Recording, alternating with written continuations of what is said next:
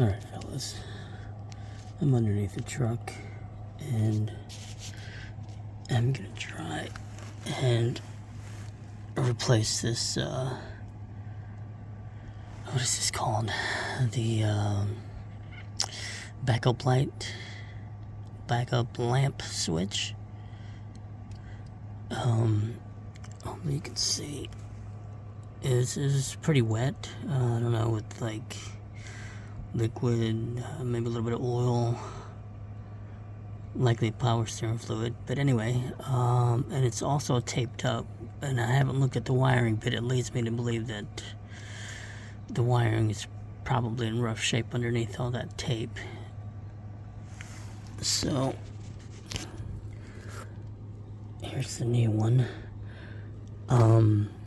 I have very little space down here, so once if I'm able to get that unthreaded, I'll be right back. Just give me a moment.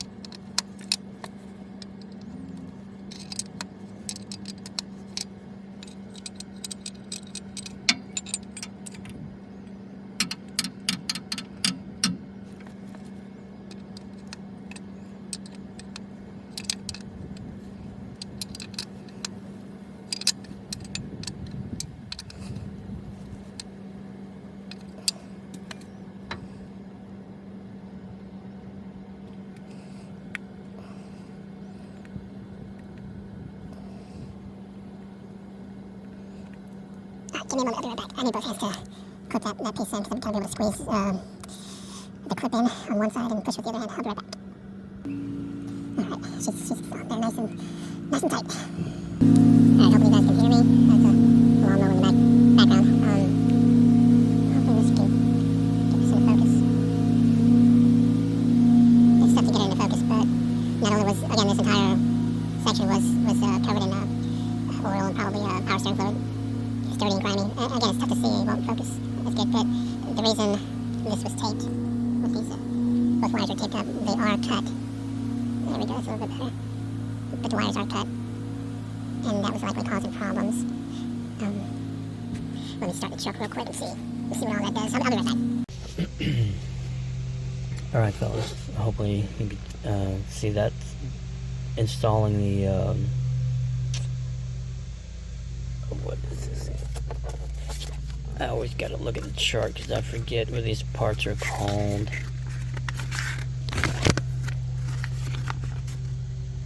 The backup lamp switch. It's fairly easy install. It's not difficult at all. But the reason I was changing it at all and this actually confirmed things for me, just the state of this thing. I peeled back the wiring, the electrical wiring that was wrapped around both wires, and the copper wiring underneath is exposed. It's tough to see in the footage, at least from my point of view. Maybe you guys can see it, but the wire is pinched and it's exposed. Combining that with the fact that this was completely covered in oil and grime and dirt and all that, my best guess is that this is what was causing the meter backup lamp fuse that you see down there in the bottom right corner. My hope is, and I'm probably 95% sure, that this was the actual cause of that fuse popping. It's one thing to, it was one thing to figure out that fuse popping was causing the dash lights to go out and the turn signals to go out or not work. But what was causing to try and find out what was causing the fuse itself to pop? I had to go hunting and try and figure that out. But it kind of made sense that it would be this. And this was actually the last thing I checked. It should have been the first, but it makes sense that this was the cause, seeing the damage and the state that it's in. But anyway, I don't want to make this longer. As always, I prefer to keep the video short.